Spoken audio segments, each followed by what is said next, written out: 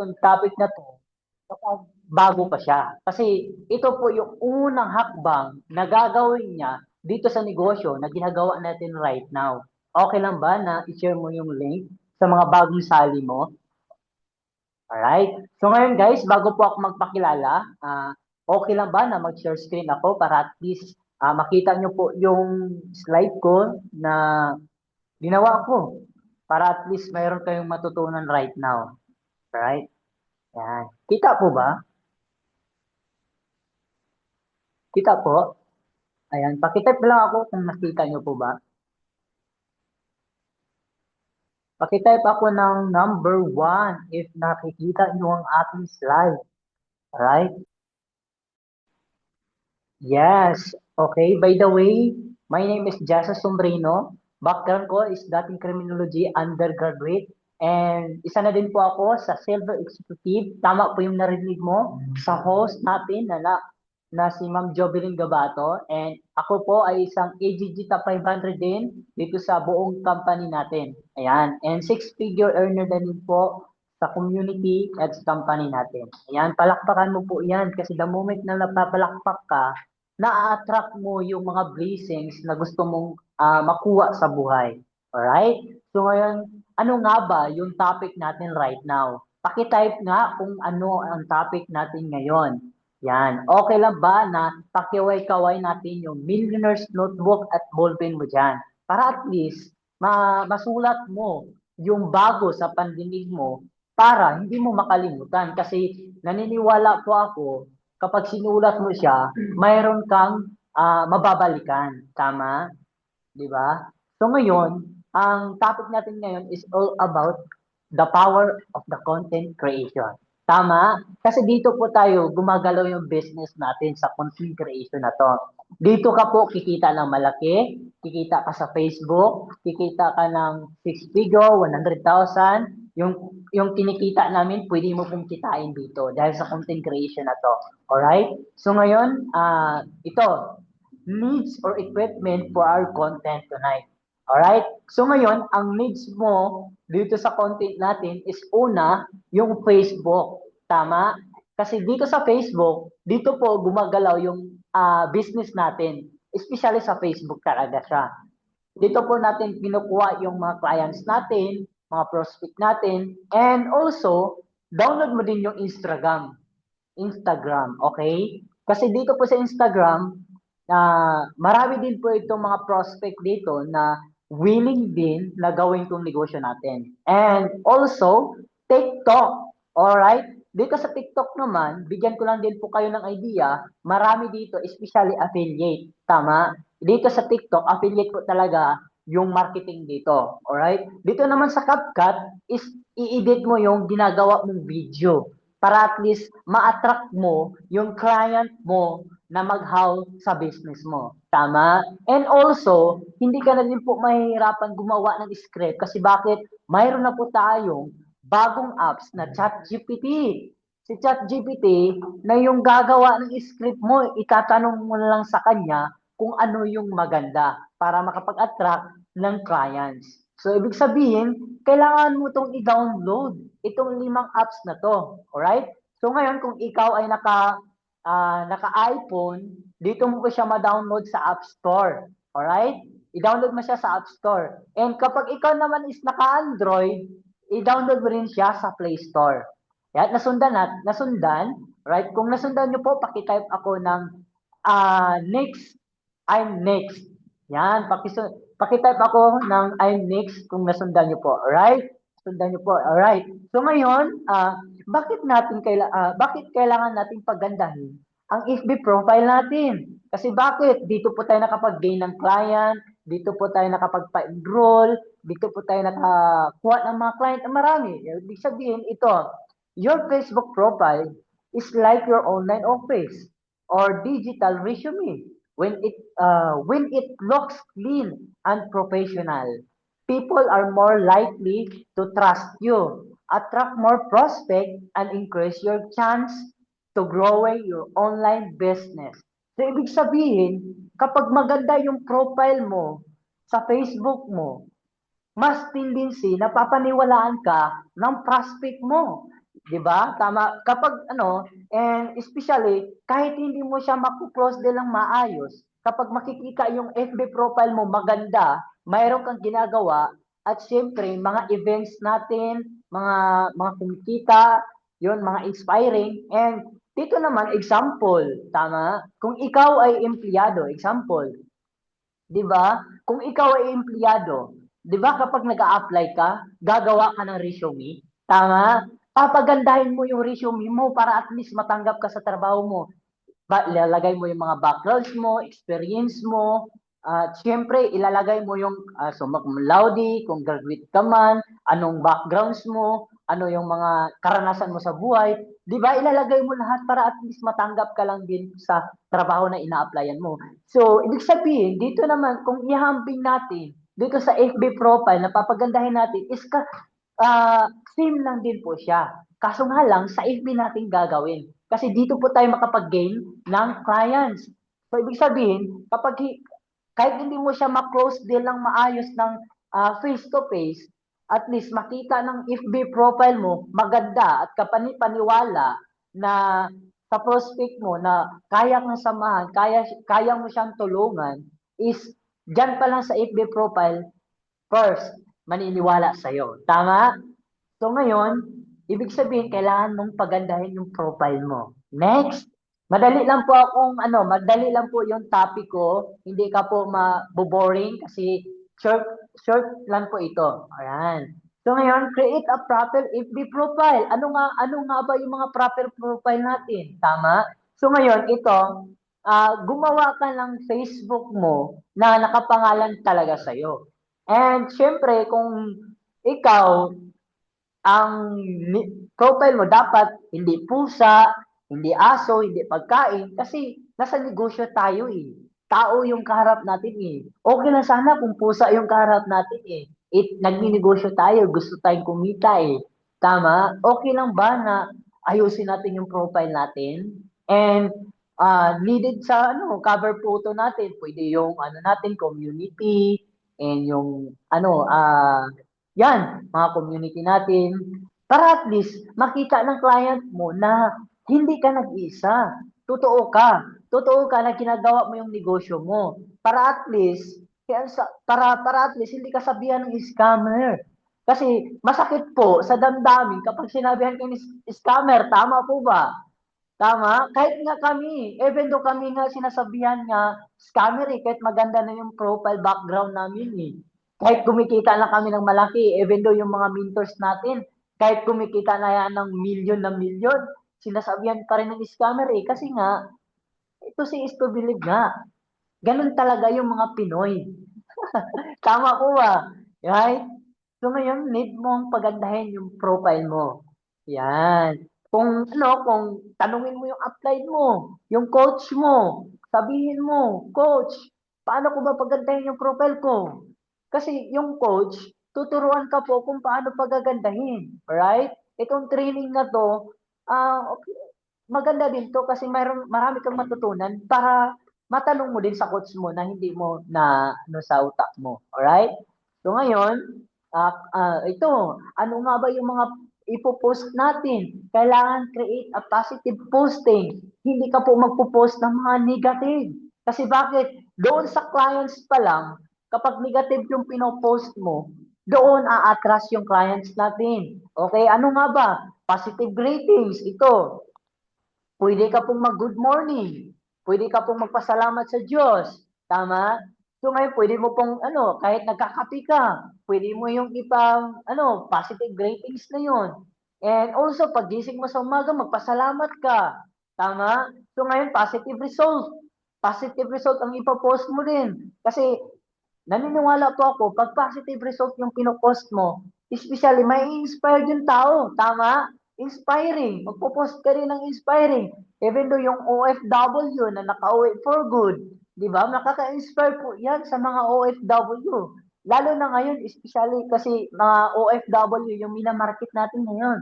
Depende na yan sa'yo kung ano yung gusto mong i-market. Tama? And video content. Gawa ka ng video content mo. Post ka din. Tama? So ngayon, ang last mong ipopost is yung Zoom event natin. Ito. itong ginagawa natin ngayon. Pwede mo itong post after natin ito. Right? So ngayon, kailangan mo lang pagagandahin yung posting mo para at least paniwalaan ka ng prospect mo. Di ba? Dito po ako kumita ng malaki. So, maniwala ka man sa akin. Yan. Maniwala ka sa akin or hindi, ito po yung ginagawa ko. Kahit magsira-sira man yung Facebook ko, paulit ng paulit, paulit pa rin yung ginagawa ko. Consistent lang.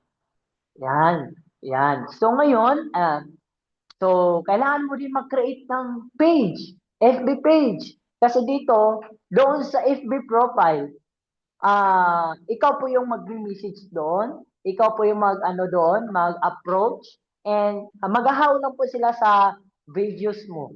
Alright? Dito naman sa kaibahan ng FB page is yung client na talaga. Send ka na lang ng video presentation natin, si client na yung manonood. Di ba? Ito po ang kagandahan ng page. And may tendency din po na mas marami yung magiging client mo dito sa page kasi most recommendable ni Meta itong FB page. And may tendency din na mabilis mag-viral yung Facebook mo or yung FB page mo. Right? Paano nga ba gumawa ng FB page? Di ba nakikita mo sa Facebook mo na may tatlong dot? Ito. Tatlong linya pala. Right? Tatlong linya. Okay? So ngayon, kapag may nakikita kang tatlong linya, i-click mo lang yan. And then, ang lalabas, ito. And i-click mo yung see more. Tama? I-click mo yung see more. And kapag nakita mo yung see more, scroll down ka lang, makikita mo yung page. Okay? So ngayon, kapag nakita mo yung page, i-click mo lang yung page. And may lalabas na ganito.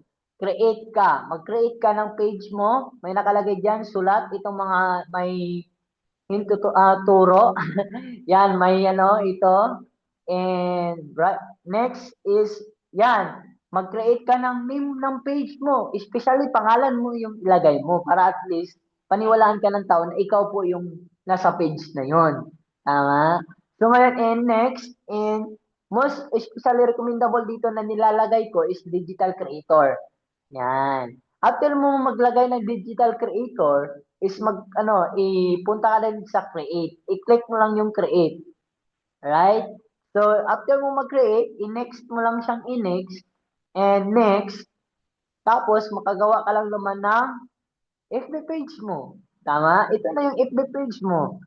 Ito na yung FB page ko na ginagawa ko right now. Yan. Makagawa ka yan. Napaka-basic. Mabilis mo lang yung sundan. Kung hindi mo masundan, may record naman to, balik-balikan mo lang. Tama? Kung hindi, slow learner ka, balik-balikan mo lang tong topic natin right now. Kasi naniniwala po ako, kapag inulit-ulit mo yung topic natin ngayon, wala pong imposible na hindi mo siya makakatch up agad. Tama? Especially kung nagsusulat ka or nag-i-screenshot ka. Tama? Next, why creating content creation? Kasi bakit? Because content creations help you build credibility, attract prospect, create trust, and grow your online business consistently without relying on only on direct messaging. Ano yung ibig sabihin niyan? Mag-create ka ng content para hindi ka na mag-message sa mga clients mo. Ito po yung kadalasang nangyayari sa mga kapwa natin na online business or networker na nangyayari sa mga account natin, especially nare-restrict. Tama ba? Pa-type nga kung nare-restrict ka. Ako nga nare-restrict nga ako eh. Tama? Pero, ginagawa ko pa rin siyang content creation eh. Dito naman sa content creation, hindi ka na magsisending-sending ng script mo para at least hindi ka ma-restrict. Ito, gumawa ka ng content creation kasi dito, may lalapit sa'yo na may lalapit sa'yo na client. Si client na yung mag-message sa'yo, hindi na ikaw, di ba? Mas marami pang tendency na lalapit si client kasi ma-attract siya sa video na ginagawa mo. Especially kung related siya. Di ba? Kapag related siya, nako, mapapahaw yan sa video mo. Right? Nasundan? And also, nakapag-build ka din ng credibility. Tama? Nakapag-build ka ng credibility. And nakapag-attract ka din ng prospect mo. And nakapag-create ka din ng trust. tiwala sa prospect. Mas mabilis paniwala yung prospect mo. Di ba? So next, ano yung Yan, example. Creating video. Ito, example, si Coach Miko Dima. Di ba? Nag-million views siya. Tama. Ito yung mga example scripts na pwede mong gayahin para at least makuhanan ka din, mag-viral ka din. Tama? Kasi dito, ito po yung common script na ginagawa po ng dito sa UR online system, especially kay Dindo Pable. Di ba? Ito po yung script ni Dindo Pable na nag-viral po talaga siya. Itong tatlong mali. Tatlong mali. Bakit hindi ka pumita sa Facebook mo? Okay? Una, lagi ka lang nanonood, lagi ka lang nag-scroll-scroll. Pangalawa, lagi ka lang nanonood ng video. At yung pangatlo, hindi mo naman talaga alam kung paano pagkakitaan ng Facebook Reels mo. Kaya kung gusto mong malaman o gusto mong turuan kita kumita sa Facebook and Reels mo ng 20 to 30,000, sundan mo lang ang guide na to. Guys, ito dito, itong sundan mo lang tong guide na to, una, i-like and share mo. Dapat sabihin mo, una, i-like and share mo itong video na to. And pangalawa, dapat mag-comment ka lang how. Ito, pag mag-comment ka lang how, di ba mayroon siyang tinatawag na call to action. Kumbaga, pinapahatak mo siya na mag-comment. Okay? So ngayon ito, and dapat naka-follow ka. Kasi ito, kapag pag pinalo ka ng prospect mo, automatic, paulit-ulit na yung video mo, manonotif na yung video mo, makikita niya palagi. So, ibig sabihin, walang rason para hindi siya maghaw. Makikurious na yan. Alright? Nasundan? Yan po yung, pwede mo po yung kunin. Especially kung OFW ka, pwede mo tong kunin or yung part-timer, pwede mo siyang kukunin. Itong script na to, ito. Yan, pwede mo siyang kukunin. Para at least makagawa ka ng video mo. Para at least mayroon kang client. Hindi ka maubusan ng client dito kasi nga, kung ganito pa naman karami, yung prospect mo, di ba? Ito 1.2 million. Hindi mo yan kayang ubusin na prospect yan. Kahit nga si Coach Miko, hindi yan kayang ubusin eh. Tama? Kaya, be consistent lang sa pag-create ng video para at least maraming client na sa'yo, lalapit sa'yo. Hindi ka maubusan talaga. Kasi dito lang po nagka-problema. Coach, hindi kasi ako marunong gumawa ng video eh. Coach, hindi kasi ako mahihayin kasi ako sa camera eh. Good use ituturo ko na rin po sa inyo kung paano mag-content kahit hindi na nagsasalita. Gusto mo ba yon? Tama? Gusto mo ba yon? Pakitype mo kung gusto mo. Kung gusto mo matuto. Right. So ngayon, ito, creating video without voice. Ito, pwede mo siyang kunin, especially kung OFW ka. Magagamit mo to kasi kapag nagtatrabaho ka, pwede kang mag-video-video lang, ganyan. O, ito, example, OFW. Isa po akong OFW po na POV. Pwede akong kumita dito sa Euros. Pwede ko tong ituro sa'yo. Ano, G ka ba? O, ganun lang, shortcut lang, di ba? Hindi ka, ilagay mo lang yung text, yung script sa taas, tapos ikaw mag-video-video ka lang, ganyan-ganyan ka lang, hindi ka lang sasalita. Tapos lagyan mo lang siya ng background music na trending. Kasi bakit? Yung trending music, yun po yung nagbibigay at track sa client. Yan. Basta trending music. Kasi kapag trending music, doon po humahakot yung video mo ng clients or viewers. Yan, pwede mo tong i-screenshot. OFW, pwede mo tong i-screenshot.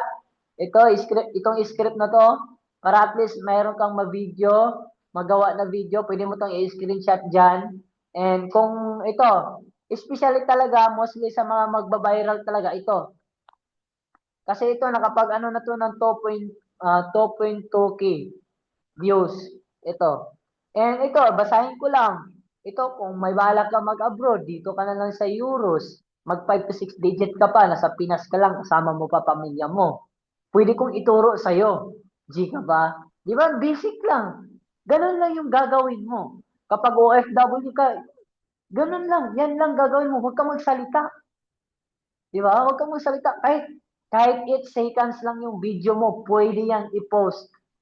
Pwede yang i-post. may tendency na magbabiral ng 8 seconds kaysa sa mataas na video. Tama? So ano ito? Iba din na script. POV, na pwede kang kumita sa euros ng 5K to 10K per day. Me, naka 24K tayo ngayon, araw na to, habang nag-shopping. O kung ikaw OFW, nasa labas ka, naggala-gala ka, pwede mo tong gayahin. Tama? Pwede mo tong gayahin, tapos ilagay mo lang tong text na to. Ito, pwede mo tong gayahin, ilagay mo lang tong text na to. Para at least, magkaroon ka ng content para hindi maboring yung FB profile mo kasi nagninegosyo ka. Nasa larangan na tayo ng negosyo. Nakapasok ka na, huwag mo na sayangan yung opportunity na hayaan mo na lang. Naglabas ka ng kapital, hindi mo ginagawa. Tapos sasabihin mo, Coach, bakit hindi pa ako kumita? Bakit hindi pa ako nagka-income sa DTC ko? Bakit wala pa akong prospect? Bakit wala pa akong napasign? Bakit wala pa akong enroll? Ito yung reason kung bakit kung bakit hindi ka nakapag-enroll, hindi ka nakapag-upgrade, hindi ka kumita. Ito yung reason kasi hindi mo ginagawa. Tama po ba? Hindi mo ginagawa yung content. Hindi mo yung ginagawa yung FB profiling. The reason why, yung mga sumasali dito, the reason why, yun po yung kadalasan hindi kumikita. Kasi nga, wala naman pong easy to get. Tama? Walang easy to get dito. Walang shortcut. Lahat even though kami mga uplines natin, ginagawa pa rin yung mga videos na yan. Kahit kumikita yan ng malaki, ginagawa pa rin yung video na yan. Nagko-content pa rin yan. Kung yung kung yung Dindo Pabli at Armando Pabli gumagawa ng content na nag-100,000 per month, what if tayo na lang kaya na hindi pa kumikita masyado? Di ba? Gawin natin tong content consistent. Maniwala ka man or hindi, ito yung magbibigay sa'yo ng income, itong content na to. Kasi, dito ka po makapag-gain ng client ng marami. Tama? Pwede mo tong gayahin. OFW ka, part-timer ka, pwede mo tong gayahin. Walang problema. Kung ikaw nasa mall, ito. Kung ikaw nasa mall, pumunta ka na mall. Nang na-meet ko ang Euros affiliate. Pwede mo tong, nang na-meet ko, sa TikTok kasi to eh. Nang na-meet ko ang Euros affiliate, hindi ako nagdalawang isip na mag-enroll at ngayon, habang gumagala, kumikita ng 50K to 6 figure. Di ba? Oh, ipasok kita sa Euros affiliate. Ano, Gika? Di ba? Pwede kita turuan. Pwede mo yung gagawin. Tapos ito, especially talaga, pag mabilis talaga mag-engage kapag ito yung ginamit mo. Hindi aksidenteng nakita mo ang video na to. Dahil deserve mo ang magandang buhay for your family. Drop your location para pipili ako ng next na umasinso this year, starting this June. Diba? Pwede mo siyang palitan ng petsa or month. Pwede mo siyang palitan. Depende sa iyo kung ano yung trip mo. Basta, makagawa ka lang ng content every day. Kasi ito, kapag ginagawa mo to, tuloy-tuloy mo tong ginagawa, maniwala ka sa akin, yung result na gustong mangyayari sa'yo, ibibigay at ibibigay. Huwag ka lang hihinto sa paggawa ng content. Di ba? And also, pag gumawa ka naman ng content, dapat hindi sunod-sunod ang posting para hindi ka marirestrict. May oras yan. Di ba? Doon sa last training natin, si Iris Harina, di ba sinabi yung time, kung kailan ka magpo-post, kung anong oras, di ba? Mayroon doon, tinuro doon. Sinong nakaalala? Ako, naalala ko pa. Di ba? Sinong nakaalala? Pakitype nga kung nakaalala ka. Alright? Pakitype nga. And next, creating video content in TikTok. Right? Pareha lang. Same lang din. Yung pinakita ko sa'yo na without voice lang din yan. Kasi example, ito kay Ma'am Joanna. Di ba? Kay Ma'am Joanna, mayroon na siyang 2,000 followers dyan sa TikTok. And ito lang yung ginagawa niya. Malapit na yan magpa-viral. Bago pa lang yan. Ito, kung may bala ka mag-abroad, dito ka na lang sa Euros, nasa Pinas ka lang, kasama mo pa pamilya mo. And kung may bala ka mag-abroad, dito ka na lang, paulit-ulit lang. Walang pagbabago. Di ba?